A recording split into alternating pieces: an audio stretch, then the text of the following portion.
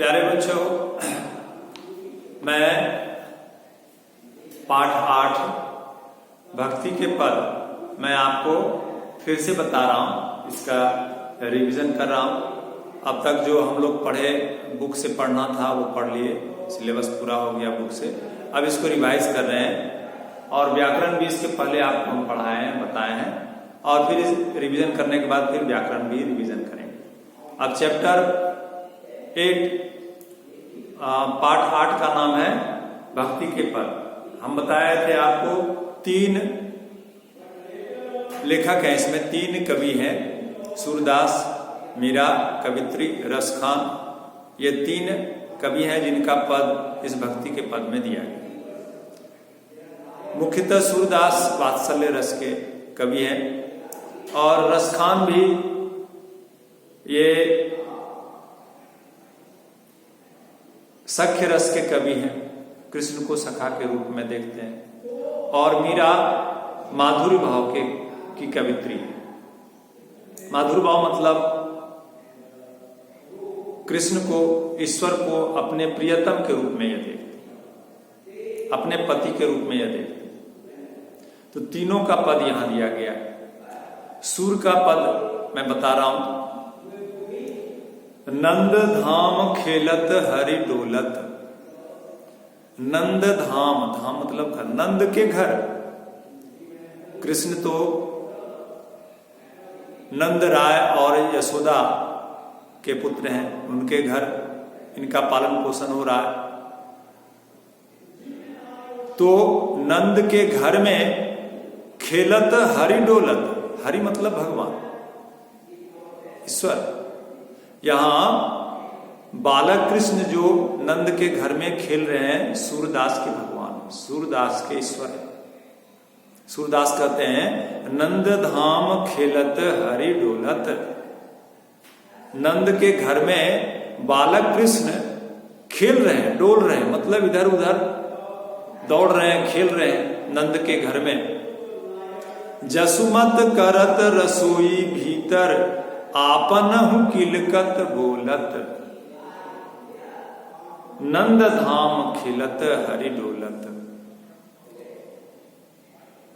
सूरदास जी कहते हैं कि माता जसोदा, उनकी मां, करत रसोई भीतर, रसोई घर के अंदर रसोई का काम कर रही मां जसोदा। आपन किलकत बोलत, और बालक कृष्ण के पास कोई नहीं है, अकेले हैं बालक कृष्ण, इसलिए बालक कृष्ण अपने आप ही बोल रहे हैं और खेल रहे हैं। अभी बालक कृष्ण बड़ी कठिनाई से पैर पर चलना सीखे हैं, किसी प्रकार पैर पर सहारे से खड़े हो जाते हैं। मुख्य रूप से ये अपने घुटनों के बल चलते हैं और स्पष्ट बोल नहीं पाते हैं, कुछ तुतलाकर बोलते हैं, ऐसी इनकी अवस्था है। तो माता जसोदा अपने रसोई में काम कर रही है और बालक कृष्ण अपने आप खेल रहे हैं, अकेले खेल रहे हैं और अपने ही आप बोल रहे हैं। किलकत बोलत मतलब बच्चा जो किलकारी करता है और स्पष्ट आवाज में जो बोलता है उसको बोला गया किलकत। आपन किलकत बोलत, अपने ही आप ये बोल रहे हैं, खेल रहे हैं। तेरी उठी जसुमत मोहन को, आवो चरण चलाई। बैन सुनत माता पहचानी, चले घुटुरवाहन धाई। अब कवि कहते हैं कि माता जसोदा अपने काम में लगी हुई है, रसोई के भीतर है, और बालक कृष्ण बाहर डोल रहे हैं, खेल रहे हैं, अपने आप बोल रहे हैं, किलकारी मार रहे हैं।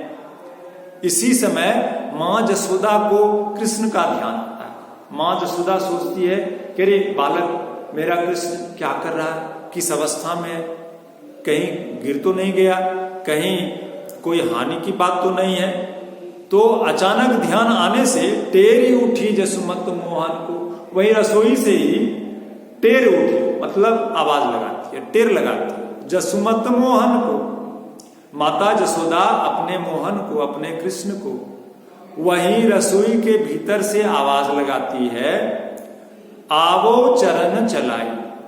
और यह आवाज सुनकर, माता यशोदा की आवाज सुनकर कृष्ण अपने पैर पर प्रयास से खड़े हो जाते हैं और पैर चलाने लगते हैं, आवाज की तरफ बढ़ने लगते हैं। बैन सुनत माता पहचान। और जब कुछ आगे बढ़ते हैं तो माता की आवाज को पहचान लेते हैं कि ये तो हमारी माँ की आवाज है। बैन सुनत, बानी सुनकर, बैन मतलब बानी, बैन सुनत माता पहचानी।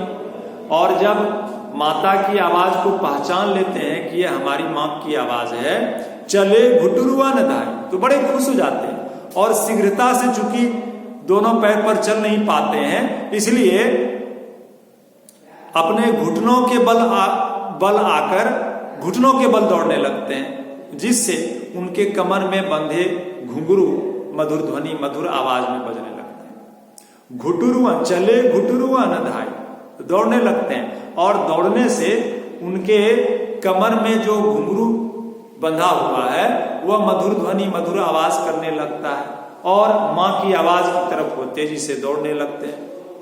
लय ऊंचाई आंचलते पहुंची, धूल भरी सब खेह, सूर प्रभु जसुमत रज झारत, कहां भरी यह खेह।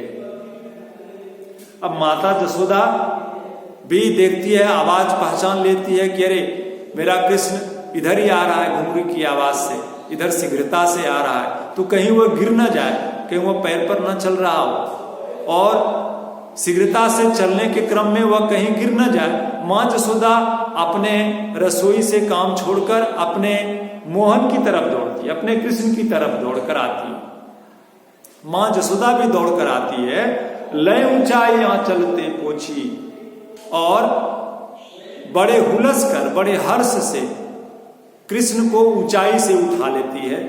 और आंचलते पूछी, धूर भरी सब देह, और उनका कृष्ण जो है बालक हैं और नंगे बदन है, उनके वो सर में, इनके शरीर में कोई वस्त्र नहीं है, बालक रूप में ये इस प्रकार खेल रहे हैं कि उनका बदन, उनका शरीर धूल दूषित है, धूल से, यानी रज से, धूरी से भरा हुआ, धूल से भरा हुआ। तो माँ हुलस कर बालक कृष्ण को उठाती है और अपने आंचल से उनके धूल भरे बदन को साफ करती है, धूल को झाड़ती है।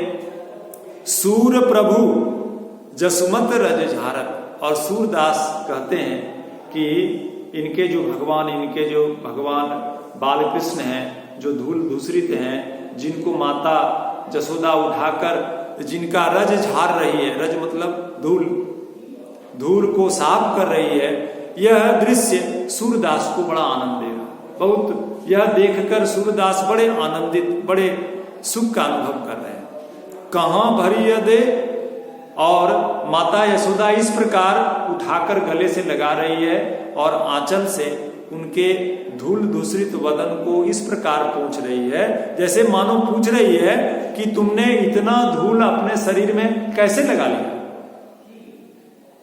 और इस दृश्य को देखकर कि माता यशोदा उनके भगवान बालक कृष्ण को किस प्रकार प्यार से दुलार करते हुए उनके शरीर के अंग के धूल को साफ कर रही है, यह देखकर सूरदास निहाल हो रहे हैं, उनको बहुत सुख पहुंच रहा है। धन्यवाद।